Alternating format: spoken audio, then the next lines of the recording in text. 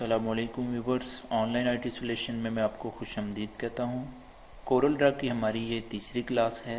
तीसरी क्लास शुरू करने से पहले अगर आपने हमारे यूट्यूब चैनल को सब्सक्राइब नहीं किया तो आप सबसे पहले हमारे यूट्यूब चैनल को सब्सक्राइब कर लें, और अगर आपने हमारे फेसबुक पेज को लाइक नहीं किया तो आप हमारे फेसबुक पेज को भी लाइक कर लें, ताकि हमारे इस कोर्स की जितनी भी नई वीडियोज़ आएँ उन सब की इन्फॉर्मेशन आपको मिल सके। आइए आप देखते हैं कि इस वीडियो के अंदर हम क्या कुछ सीखेंगे। इस वीडियो के अंदर हम अरेंज मेन्यू को डिस्कस करेंगे। अरेंज मेन्यू के ऊपर हमारी एक वीडियो ऑलरेडी बन चुकी है जो कि वीडियो पार्ट नंबर 1 है, और अरेंज मेन्यू के ऊपर ये वीडियो पार्ट नंबर 2 है। और पार्ट नंबर 2 के अंदर हम अरेंज मेन्यू के अंदर जो बाकी ऑप्शन रहती हैं उन सब को हम इस वीडियो के अंदर कवर करेंगे। अब हम देखते हैं कि अरेंज मेन्यू के अंदर हम कौन कौन सी चीज़ें कवर करेंगे।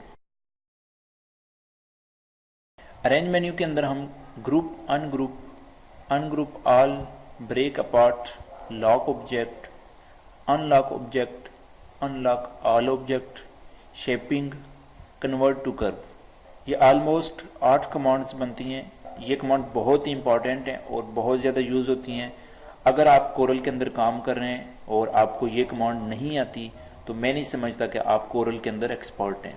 जो भी एक्सपर्ट है वो इन 8 कमांड को लाजमी यूज़ करता है। आप कोरल के अंदर कोई भी फाइल बनाओ, उन सब के अंदर ये 8 कमांड बहुत ज़्यादा यूज़ होती हैं। अगर आप लोगो बना रहे हैं, आप विजिटिंग कार्ड बना रहे हैं, आप बैनर्स बना रहे हैं, कोई भी आप काम कर रहे हैं तो उसके लिए आपको ये 8 कमांड आनी चाहिए, और ये कमांड बहुत ही इंपॉर्टेंट है। इन कमांड को हम प्रैक्टिकली कोरल के अंदर चल के देखेंगे कि इन कमांड को हम कोरल के अंदर किस तरह यूज़ करते हैं। अगर आप हमारी ये वीडियो देख रहे हैं और आपने अभी तक हमारे YouTube चैनल को सब्सक्राइब नहीं किया तो बराए मेहरबानी आप हमारे YouTube चैनल को सब्सक्राइब कर लें, और अगर आपको मेरी ये वीडियो अच्छी लगे तो इसको लाइक भी करें और इसको शेयर भी करें।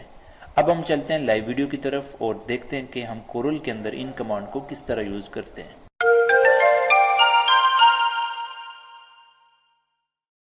अभी हम कोरल ड्रा के ऊपर मौजूद हैं और कोरल ड्रा के अंदर सबसे पहले हम ग्रुप और अनग्रुप की कमांड पढ़ेंगे। जैसा कि ग्रुप के नाम से ही ज़ाहिर है कि बहुत सारे ऑब्जेक्ट को मिला के एक ऑब्जेक्ट बनाना। जैसे मैं एक विजिटिंग कार्ड डिज़ाइन कर रहा हूँ, उसके ऊपर टेक्स्ट मौजूद होता है, पिक्चर मौजूद होती है, उसके अलावा शेप्स मौजूद होती हैं। मैं चाह रहा हूँ कि जब भी मैं उनको मूव करूँ, किसी भी जगह लेके जाऊँ तो वो सारे गट्ठे मूव हों, तो हम फिर उनको ग्रुप कर लेते हैं। फिर जब हम उनकी सिलेक्शन लेते हैं तो वो एक ही ऑब्जेक्ट सिलेक्ट होता है। जैसा कि यहाँ पे मैं एक रेक्टेंगल ड्रॉ कर लेता हूँ, बिल्कुल एक सिंपल सा डिज़ाइन क्रिएट करता हूँ, और इसके अंदर मैं यहाँ से कोई भी कलर फिल कर लेता हूँ। अब मैं यहाँ पे इस तरह के 2-3 ऑब्जेक्ट क्रिएट कर लेता हूँ जिनके अंदर हमने अपने कंटेंट वगैरह रखने हैं, और कंट्रोल डी प्रेस करके मैं इसको डुप्लीकेट कर लेता हूँ, और फिर यहाँ से मैं कंट्रोल डी प्रेस कर लेता हूँ।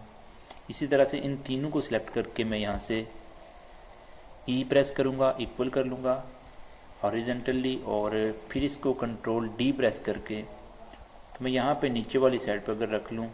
अब मैं यहाँ पे इन सब को सिलेक्ट करके मैं चाह रहा हूँ कि ये इक्वल हो जाएं। अगर मैं सी प्रेस करता हूँ तो ये इस तरह इक्वल हो जाते हैं, और अगर मैं यहाँ पे ई प्रेस करूँगा तो वो इस तरह इक्वल हो जाएंगे।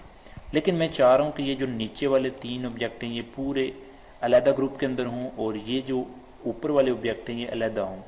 तो हम इन तीनों को सिलेक्ट करके कंट्रोल जी या फिर अरेंज के अंदर जाके यहाँ पे इनको ग्रुप कर लेंगे। अब हम जब भी सिलेक्शन लेंगे तो ये तीनों की सिलेक्शन बनेगी। अब हम जब भी सिलेक्शन बनाएंगे तो इसको जब सिलेक्ट करेंगे तो वो तीनों की सिलेक्शन बना के देगा। इसी तरह से जब मैं इसको सिलेक्ट करूँगा तो यहाँ पे जब मैं ग्रुप कर लूँगा तो ये भी 3 ऑब्जेक्ट मिलके तो हमारा एक ऑब्जेक्ट क्रिएट हो गया है। अब मैं अगर इन दोनों को सिलेक्ट करके तो यहाँ से सी प्रेस करता हूँ तो ये बिल्कुल इक्वल हो जाएंगे, जैसा कि हमने कल इनको बिल्कुल अलाइन के अंदर इक्वल किया था। अब मैं चाह रहा हूँ कि ये 3 जो अलहदा ग्रुप है और ये जो नीचे वाले 3 हैं इनका एक अलहदा ग्रुप है। इन दोनों ग्रुप को मिला के तो मैं एक पूरा ग्रुप बना लेता हूँ जिसके अंदर ये दोनों ग्रुप्स आ जाएं। तो उसके लिए मैं इन दोनों को सिलेक्ट करके तो यहाँ पे आके तो ग्रुप कर लूँगा। अब हमारे पास यहाँ पे 3 ग्रुप क्रिएट हो गए।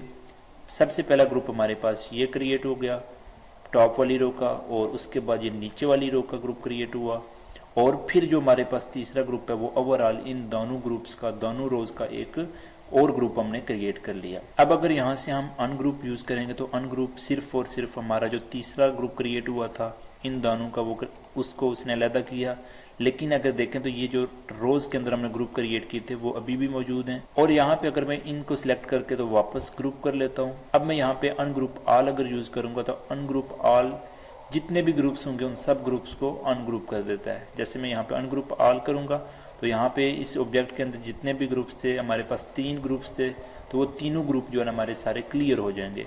अब जब मैं इनकी सिलेक्शन लूँगा तो वो सारे ऑब्जेक्ट अलग अलग से सिलेक्ट होंगे। उसके बाद हमारे पास यहाँ पे कंबाइन की कमांड है, कंट्रोल एल जिसकी शॉर्ट की है। ये कमांड हम यहाँ पे नहीं पढ़ेंगे, जब हम इन पेज के अंदर काम करेंगे और इन पेज का टेक्स्ट जब हम कोरल के अंदर लेके आएंगे उस टाइम ये कमांड हम यूज़ करेंगे।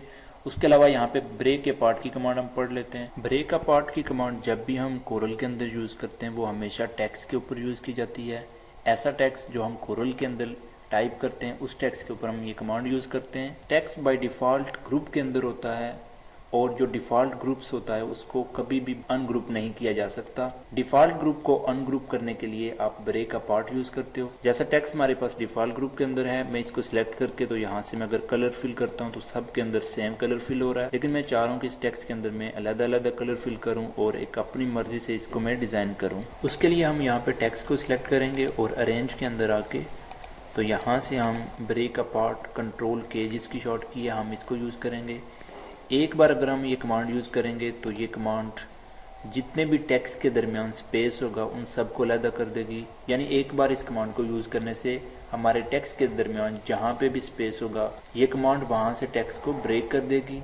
जैसा कि यहाँ अरेंज के अंदर आके मैं एक बार अप्लाई करके चेक करता हूँ तो आप देख सकते हैं ये वेल जो हमारे पास था ये अलग हो गया, कम अलग हो गया। इसी तरह टू, ग्राफिक्स, कोर्स, सारा टेक्स्ट हमारा अलग अलग हो गया। लेकिन मैं चाह रहा हूँ कि मैं वेल के अंदर W का कलर अलग रखना चाह रहा हूँ, E का कलर अलग रखना चाह रहा हूँ, इसी तरह से L का कलर भी मैं अलग रखना चाह रहा हूँ। तो मैं इसको सिलेक्ट करके अरेंज के अंदर आऊँगा और यहाँ से मैं फिर दोबारा कमांड यूज़ करूँगा। अब W अलग हो गया, E अलग हो गया और L भी हमारे पास अलग हो गया। अब आप यहाँ से अपनी मर्ज़ी का डिज़ाइन क्रिएट कर सकते हैं। जैसे मैं W के अंदर मैं कोई भी कलर कर देता हूँ, E के अंदर और L के अंदर भी मैं यहाँ से डिफरेंट कलर कर लेता हूँ। उसके अलावा आप यहाँ से अपनी मर्ज़ी से इनको रीसाइज भी कर सकते हो।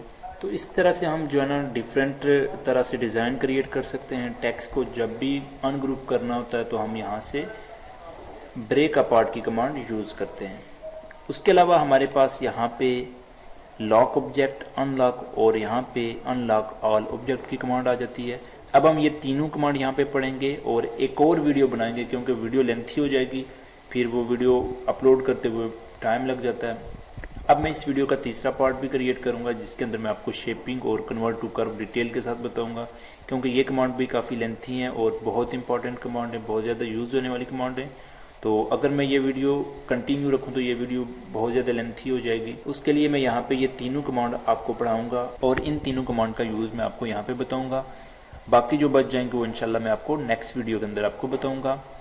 अब हमारे पास लॉक ऑब्जेक्ट है। लॉक ऑब्जेक्ट से मुराद होती है कि आप किसी भी ऑब्जेक्ट को लॉक कर सकते हो। जैसे यहाँ पे मेरे पास रेक्टेंगल है, मैं इसको लॉक करना चाह रहा हूँ तो मैं यहाँ पे राइट क्लिक करके भी और इसको यहाँ से लॉक कर सकता हूँ।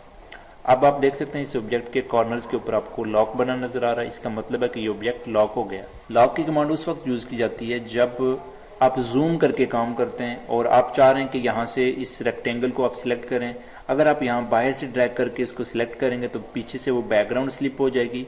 इस तरह हम चाह रहे हैं कि वो बैकग्राउंड हमें डिस्टर्ब ना करे, तो हम उस बैकग्राउंड को लॉक कर लेते हैं और फिर हम जूम करके तो ड्रैग कर सकते हैं, किसी भी ऑब्जेक्ट को सिलेक्ट कर सकते हैं। जैसा कि अब मैं यहाँ पे जूम करके तो ड्रैग करूँगा तो इस तरह से मैं इस ऑब्जेक्ट को सिलेक्ट कर लूँगा आसानी के साथ। अगर ये बैकग्राउंड ऑब्जेक्ट मैंने लॉक ना किया होता तो यहाँ पे इस ऑब्जेक्ट को मैं सिलेक्ट नहीं कर सकता था। जब मैं इसको सिलेक्शन बनाने के लिए यहाँ पे ड्रैग करता तो वो बैकग्राउंड पीछे से मूव हो जाती। इसी तरह मैं इसको राइट क्लिक करके तो वापस अनलॉक भी कर सकता हूँ।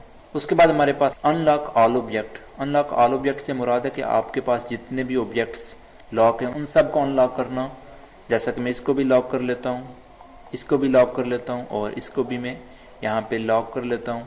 अब हमारे पास 3 ऐसे ऑब्जेक्ट हैं जिनको हमने लॉक किया हुआ। मैं चाह रहा हूँ कि इन तीनों को अनलॉक कर दूँ, तो आप अरेंज के अंदर आके तो अनलॉक ऑल ऑब्जेक्ट करेंगे तो आपके जो तीनों ऑब्जेक्ट लॉक तो वो सारे ऑब्जेक्ट अनलॉक हो जाएंगे। उम्मीद है ये आपको सारी कमांड समझ आ गई होंगी और अगर आपको फिर भी इनके बारे में कोई कन्फ्यूजन हो तो आप इस वीडियो को बार बार देखें और अगर आपको फिर भी समझ ना आए तो आप नीचे कमेंट्स बॉक्स में ज़रूर कमेंट्स करें, तो इंशाल्लाह मैं आपको उसके बारे में ज़रूर सोल्यूशन दूंगा। अगर आपको मेरी ये वीडियो अच्छी लगे तो इसको लाइक करें और इसको शेयर भी करें। मुझे अगली वीडियो तक इजाज़त दीजिए। अल्लाह हाफिज़।